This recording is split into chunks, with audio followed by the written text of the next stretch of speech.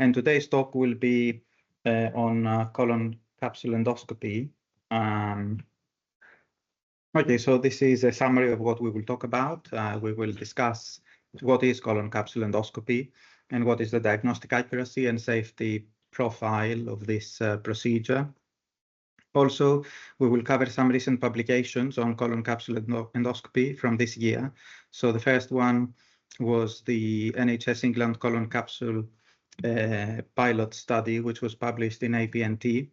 And following that, there was another big study on colon capsule in the Danish bowel cancer screening program, which was published in GUT. We will also talk a bit about the St. Mark's SOP for colon capsule, and then we will talk briefly about the ColoCap study, which is a new study that has opened for recruitment, and St. Mark's has been selected as a study site for this. So colon capsule endoscopy is a minimally invasive colonic examination. The capsule is swallowed with a sip of water. Patients need to take bowel prep, which is a little bit more intensive than the bowel prep for colonoscopy. And the colon capsule is a diagnostic test, which can be used as a filter test to decide who needs to have a colonoscopy. So in terms of the resource, this is very minimal. You need a small room with a desk, a chair. You need the capsule, the belt with the recorder, and also a computer where you will download the studies, and then you can also read them from there with the appropriate software. In terms of the bowel prep, patients need to be on a low-fiber diet for a couple of days before the procedure, which is similar to colonoscopy. And then they will need to stay on clear fluids the day before the procedure. And then they have as bowel prep a split dose Moviprep or Plenvu for this. But in addition to that, we give some small bowel boosters. And these are some additional medication which essentially have two roles. One is to improve the bowel prep even more. And secondly, they reduce the transit time of the capsule through the small bowel so that the capsule has enough battery life to record in the colon. So these small bowel boosters essentially improve the completion rates of the procedure. Now, the traditional indications for colon capsule are patients who do not wish to have an invasive procedure like a colonoscopy, and also those who have a difficult procedure which is incomplete, and then they go on to have a colon capsule for completion of their colonic imaging. There is other evolving indications where the capsule can be used as a filter to decide who needs a subsequent colonoscopy. And these include the assessment of patients who have suspected polyps or colon cancer. Also, the colon capsule has been used in patients with inflammatory bowel disease, particularly UC, where the capsule has shown a good accuracy in terms of assessing the extent and the severity of the inflammation. Also in patients with positive FIT tests, and then patients who have mild symptoms have maybe an indeterminate fecal calprotectin, and they need further assessment to see if there is any significant inflammation in their colon. So really, this is a minimally invasive mucosal scout, which can determine which patients need to have an invasive procedure for a biopsy or a polypectomy maybe, and also determine which patients maybe have functional symptoms and do not need further investigation. Now, the performance metrics of colon capsule are relatively good. So for polyp detection in polyps greater than 10 millimeters, the sensitivities and specificities that have been published in previous studies range probably between 85 and 95%. The rate of adverse events is relatively low, and these are usually mild adverse events related to the bowel prep. And then in terms of completion rates and bowel prep adequacy, there is a lot of variation. However, we know that in high volume centers, completion rates and bowel prep adequacy in the range of 80 to 90% can be achieved. And so during the pandemic, the NHS England suggested the use of colon capsule for the investigation of patients in the lower GI pathway. And the patients that were included were those with suspected cancer who had a FIT test between 10 and 100. And subsequently, they included also those patients with a FIT test of less than 10 who had concerning symptoms. And this work was published earlier this year in APNT. So it was a big study with 10,000 symptomatic patients who were investigated with colon capsule, colonoscopy, and CT colonography. And this is the study design. So you will see these were all patients with suspected colon cancer. And their index procedure was either colon capsule, colonoscopy, or CT colonography. It is worth mentioning this was not a randomized trial, so the decision as to which procedure each patient would have would depend on the clinician preference and also the patient preference. But then those patients who had a colon capsule were discharged if it was all normal, or the other option would be that they would have onward investigation with a colonoscopy or other investigations depending on the findings.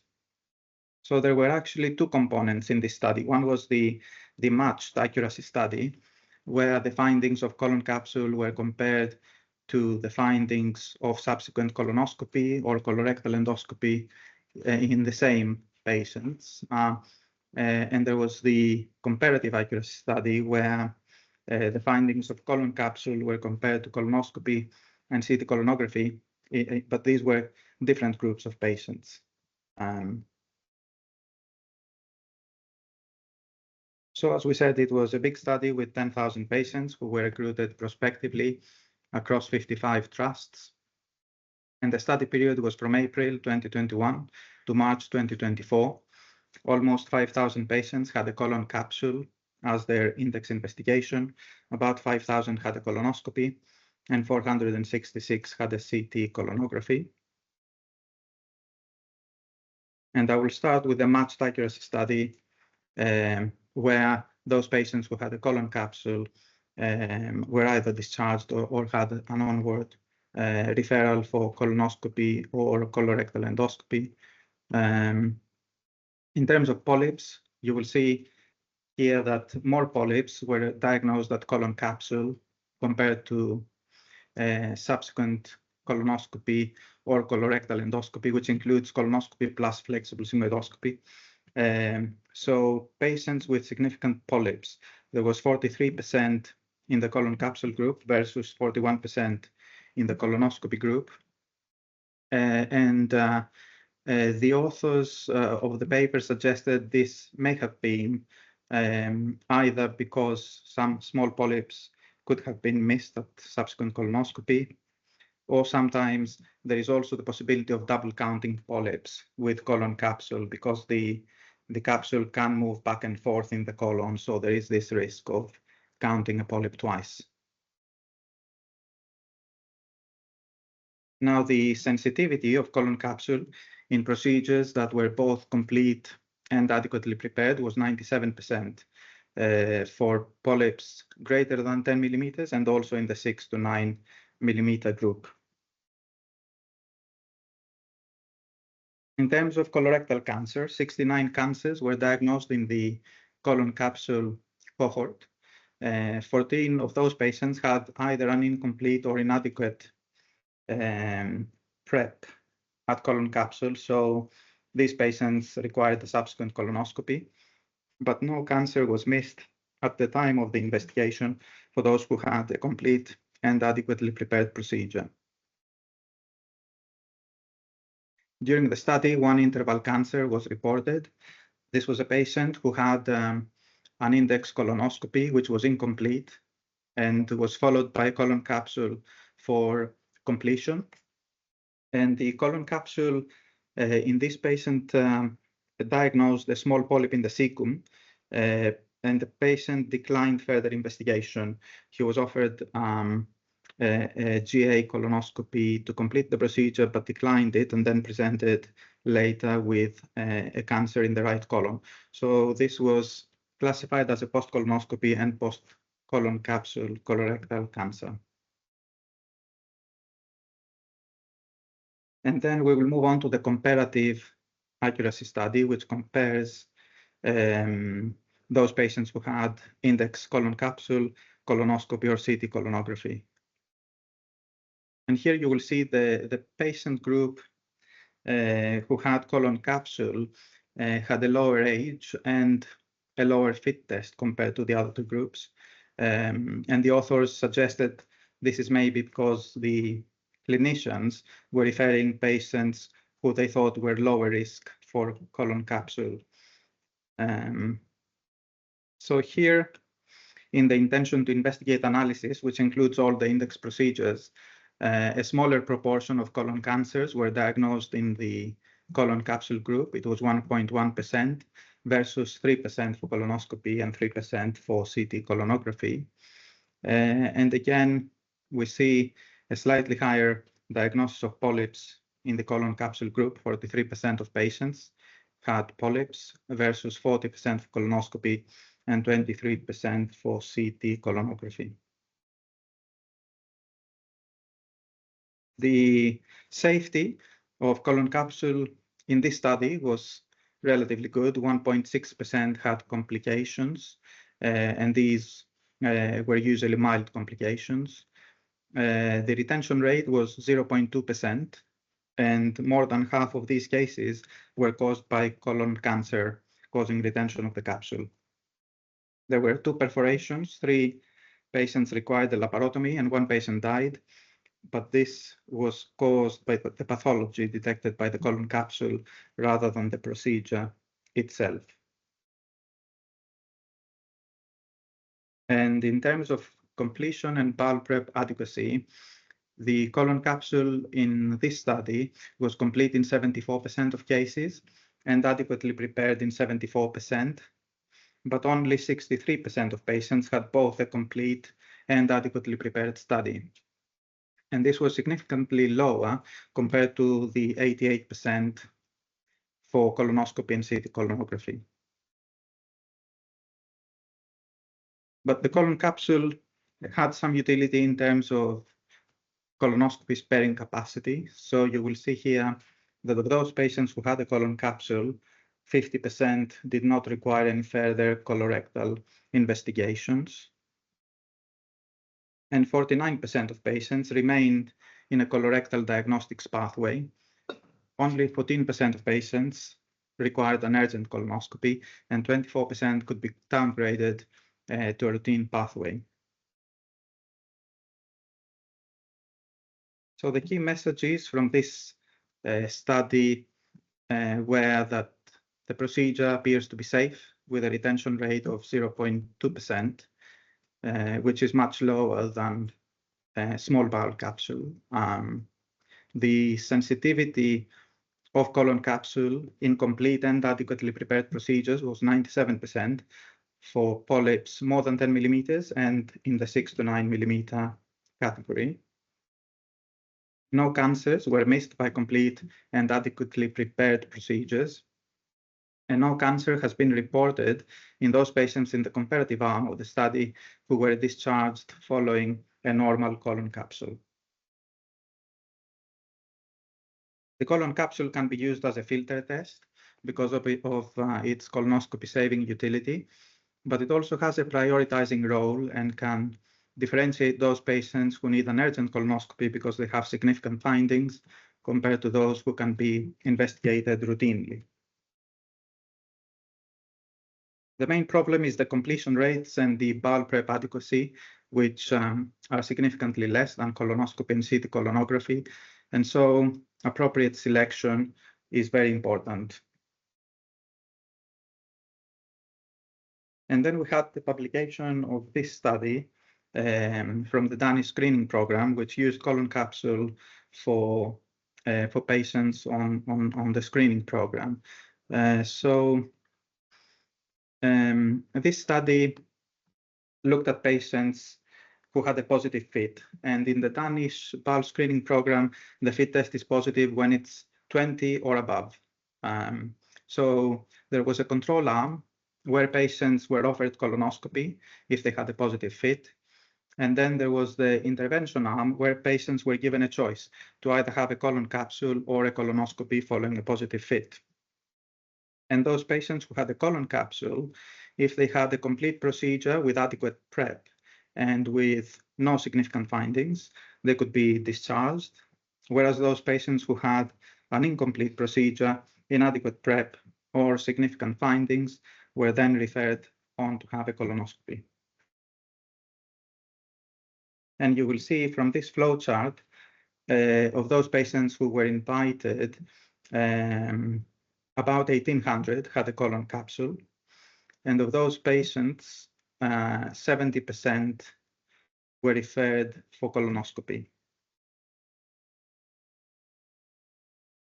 In this study, the completion rates of colon capsule were 92%. So that's better than what we saw in the national pilot here. And the bowel prep was adequate in 76% of cases. About 69% had both a complete procedure and adequate prep. The detection of advanced neoplasia was similar in all the groups. So the control group who had primary colonoscopy and the intervention group who had primary colon capsule and primary colonoscopy. There were no major complications or deaths related to colon capsule. And so the key messages from this study were that the detection rates for advanced neoplasia were similar between colon capsule and colonoscopy, but colon capsule is not suited for screening purposes in a FIT-based program because of the very high reinvestigation rate of 70%. And so at St. Mark's, we have currently an SOP for colon capsule, which includes those patients on an urgent cancer pathway who have a FIT test of less than 100, and also those patients who are due or overdue polyp surveillance on a 3-year interval. There is a flow chart that has been created to help the FDS team to decide which patients can be referred for colon capsule. So we want patients with a FIT test of less than 100. If the FIT is over 100, the patients would either need a colonoscopy or a CT colonography. And generally, we prefer patients who are younger. So we have put a cutoff of 70 years, although this is not very strict. But generally, we prefer to avoid older patients because they cannot tolerate the bowel prep very well. And generally, we avoid patients with significant comorbidities like insulin-dependent diabetes, stroke, cognitive impairment, or those who have known risk factors for small bowel strictures. The colon capsule is a good alternative as a diagnostic test for those who have an incomplete colonoscopy. Also those who need a GA for a diagnostic procedure, and those who are anxious about having an invasive test. So the ColoCap study is a new study which is now open for recruitment, and St. Mark's is one of the study sites. And this study aims to determine the diagnostic accuracy of colon capsule compared to colonoscopy in patients at risk of colorectal disease. It is a multi-center study comparing colon capsule to colonoscopy performed back-to-back for the detection of visible mucosal lesions such as cancer, polyps, and colitis. And there is 3 groups that will be recruited to the study. One is symptomatic patients referred with suspected cancer. So these will be patients from the FDS pathway. Then patients who have new suspected IBD colitis, usually UC, and also patients on a 3-yearly post-colpectomy surveillance program. The primary outcome is the diagnostic accuracy of colon capsule compared to colonoscopy. And the secondary outcomes of this study are the assessment of colon capsule intra and interreader variability, the development of health economic models to evaluate the cost effectiveness of colon capsule in specific patient groups, and to evaluate the patient and clinician experience of colon capsule. So in conclusion, the colon capsule seems to be a safe test with similar detection rates of advanced neoplasia compared to colonoscopy when the procedure is complete and adequately prepared. It can be used as a filter test to select those patients who need to have an invasive procedure. And optimization of protocols and careful patient selection are very important to improve completion rates in real-life examinations, as we have seen from the pilot. Some of the potential benefits of colon capsule are that it is not invasive. It can be performed outside of the hospital in community diagnostic centers. And in the future, it may be possible to perform this procedure at home. So Medtronic have developed this disposable patch, which has been designed for small bowel capsule, but they want to develop one for colon capsule as well. And this basically replaces the belt recorders. So instead of the patient coming to the hospital to get a belt and the recorder, this can be sent in the post to the patient's home.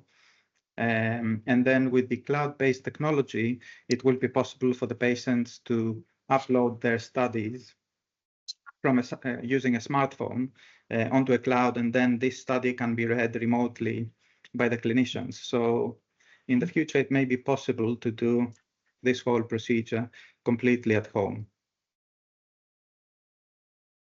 So this may reduce demand on hospital facilities and workforce.